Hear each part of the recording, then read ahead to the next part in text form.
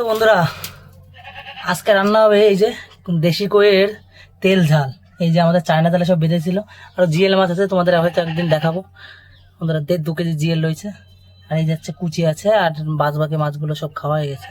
আর এই যে এই কই দিয়েই তোমাদের, এই যে বড় বড় কই, এই কই দিয়ে তোমাদের তেল ঝাল করে দেখাবো, পুরো একদম সুন্দর রেসিপি। আর যদি তোমরা চাও যে কুচের একটা রেসিপি দিতে, তো কুচের রেসিপিও দেওয়া যাবে, সমস্যা নেই।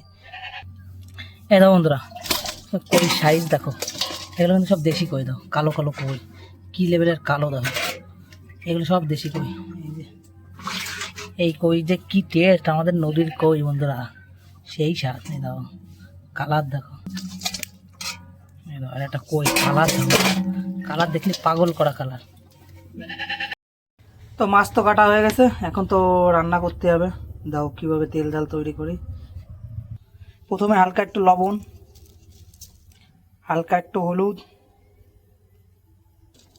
ভালো করে এখন হালকা করে একটু ভাজে নেবো। আর লবণ হলুদটা ভালো করে মাছের সাথে মিশাই প্রথমে কড়াইতে হালকা করে একটু তেল দিয়ে নিচ্ছি। এবার তেল দেওয়ার পরে তেলের ভিতরে হালকা একটু লবণ, এই লবণটা দেওয়ার কারণ কি তোমরা একটু কমেন্টে বলবা। লবণ আর হালকা একটু হলুদ। এবারটা এক এক করে মাছগুলো দিয়ে নেবো।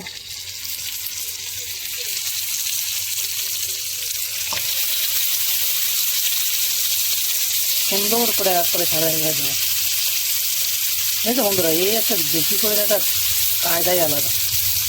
তো 2 মিনিট তো হয়ে গেছে, এখন হালকা করে ভাজবো। এই কিন্তু বেশি ভাজবো না, হালকা মানে একদমই ক্ষুদ্র, মানে 1-1.5 মিনিট মিডিয়াম টু লো ফ্লেমে একটু ভাজে নিতে হবে। বেশি ভাজলে কিন্তু টেস্ট চলে যাবে। এইসব একটা রান্নার কিন্তু কায়দা, না জানলে কিন্তু টেস্ট হবে না খাবার।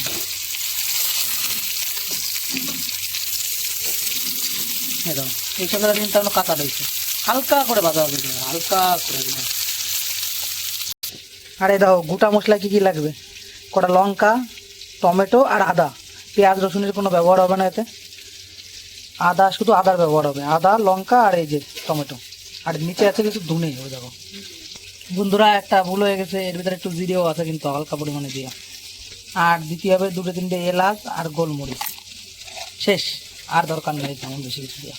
আর এইদিকে দাও হালকা হালকা করে আস্তে আস্তে ভাজা হচ্ছে। দেখো গ্যাসের ফ্লেমটা দাও হালকা, একদম হালকা ফ্লেমে 2-3 মিনিট ভেজে নিলেই হয়ে যাবে।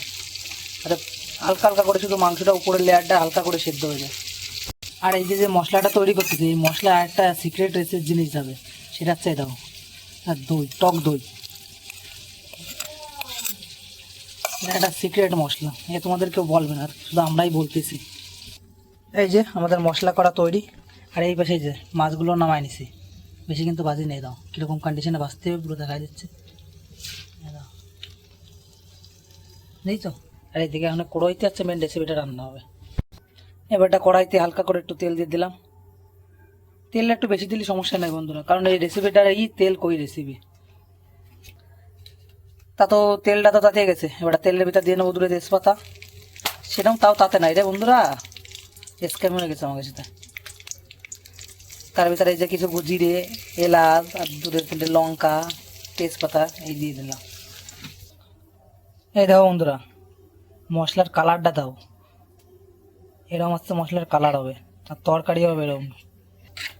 আমাকে যে গোটা মশলাটা ছিল সেগুলো তো পুরো একদম ভালো করে ভাজা হয়ে গেছে, মানে তার ভিতরে যে পেস্ট করে রাখা মশলা সেগুলো দিয়ে নেবো। এই যে আমাদের 4টে কই মাছ, তো ওই জন্য বেশি মশলা দেবো না, হালকা পরিমাণে মশলা দিয়েই একটু খাবো। এটা মশলাটা হয়ে গেছে, এরপর একটু লবণ, হালকা একটু হলুদ। আর এই যে মশলাটা, এই মাল কিন্তু রান্না করতে পুরো একদম মিডিয়াম আছে, একটু টাইম লাগবে কিন্তু টেস্টটাও সেরকম আসবে। একদম হাই ফ্লেমে করলে অতটা টেস্ট আসে না। হ্যাঁ, মাংস রাঁধতে গেলে হাই ফ্লেমে করতে হবে, আর যদি মাছ টাছ রাঁধতে হয় তাহলে এটা একটু মিডিয়াম ফ্লেমে করতে হবে, মিডিয়াম টু লো হাই। এই যে মশলাটা কিন্তু হালকা হালকা তেল ছাড়া শুরু করে দিয়েছে। এই যে মশলাতে যখন তেল ছাড়া শুরু হয়ে গেছে, তখন তার ভিতরে একটু ধনের গুঁড়ো, হালকা পরিমাণে ধনের গুঁড়ো দা, তার হাফ জিরের গুঁড়ো। আর যদি একটু মনে হয় যে একটু লঙ্কা কম হয়ে গেছে, তাহলে একটু গুঁড়ো ঝাল দিয়ে কালারটা একটু ব্যালেন্স করে নিতে পারো, হালকা, বেশি দিয়ে না। গুঁড়ো ঝাল দিলে কী আছে, কালারটা বন্ধুরা বিশাল লাগে। আর তারপরে দই মই যে মশলা দিয়ে করাতে এমনি কালার আসতে জবরদস্ত, তারপরে দিলাম যে কালারটা একটু ভালো লাগে, দেখতে ভালো লাগে এই জন্য। এবার আবার 2-4 মিনিট কষাতে হবে ভালোভাবে। কষানোর পরে এবার এর ভিতর দিয়ে নেবো হচ্ছে মিক্সি ধোয়া জল। এই যে মিক্সি ধোয়া জল ছিল, পুরো একদম পরিষ্কার পরিচ্ছন্ন করে ধুয়ে দিয়ে দিলাম, দিয়ে আবার কষাবো। এটা বন্ধুরা মশলার পুরো অরিজিনাল কালার, কী লেভেলের কালার আছে তাই তো। তো বন্ধুরা হালকা পরিমাণে একটু জল দেওয়া হয়েছিল 100 ml মতো। এবারটা যে সময় জলটা জাল ওঠানো শুরু করছে এবারটা দিয়ে নেবো আমরা ওই মাছগুলো এক এক করে আস্তে আস্তে করে। এটা জল দেওয়ার কারণটা কি, পুরো একদম তেলের ভিতর দিলে ফ্লেভারটা অতটা ভালো আসে না। হালকা পরিমাণে একটু জল দিলেই ধর মাছটা একটু সেদ্ধ হওয়ার জন্য একটু জলও লাগে, পুরো মশলার ভিতর সেদ্ধ হবে, জিনিসটাও একটু কীরকম একটু হয়ে যায় না। সেজন্য হালকা পরিমাণে একটু জল দিছি, একদমই কম দিয়ে, যাতে মাছটা একটু জলের তলায় যাতেই পারে, কারণ মশলার ভিতরে মাছটা পুরো ডুবতে দিল না। এবার একটু সেদ্ধ হতে পারবে না, জল দেওয়ার কারণটাই ওই যাতে মাছটা একটু ডুবে যায় পুরো একদম। একদম সাবধানে কিন্তু নাড়তে হবে, মাছ কিন্তু নরম হয়ে গেছে, কারণ সেরকম বেশি ভাজা না তো, মাছটা নরম হয়ে গেছে।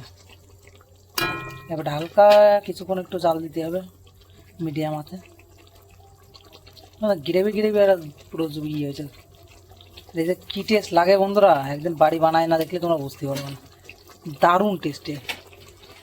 এরপরে তোমাদের বন্ধুরা নতুন নতুন ভিডিও আসবে, বিশাল বিশাল সুন্দর সুন্দর ভিডিও আসবে। এবার একটু কিছু টাইমের জন্য ঢাকে দিই, 2-1 মিনিটের জন্য। তো 2 মিনিট তো হয়ে গেছে, এখন দেখা যাক কেমন কি কন্ডিশনে রয়েছে আমাদের মাছ। আহা এ কি কালারে, বিশাল কালার। এবারটা এর ভিতর হালকা একটু গরম মশলা দিয়ে নামাই নেব। এই যে নামানোর আগে গরম মশলা, ধনে পাতা, পুদিনা পাতা যা আছে হাতের দ্বারা দিয়ে দিতে হবে। ধনে পাতার এখনও অসময়, খুব দাম, ওই জন্য ধনে পাতার ব্যবহার কমাই দিছি। যে সময় 8-5 টাকা ছিল সেই সময় খুব খাওয়া খাইছি। এই দাও কিরম হয়েছে তাই কও।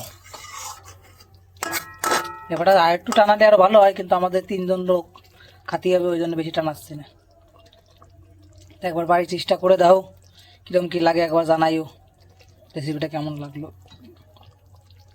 আর এগুলো কিন্তু দেশি কই দিয়ে বানাতে হবে, হাইব্রিড কই দিয়ে বানালে মজা পাবো না খাইয়ে। দেশি কই দিয়ে যদি কোনোদিন বাও নদীর কই টই, তাহলে একটা মজা পেয়ে যাবো খাইয়ে, নাম করতে হবে খাওয়ার পরে।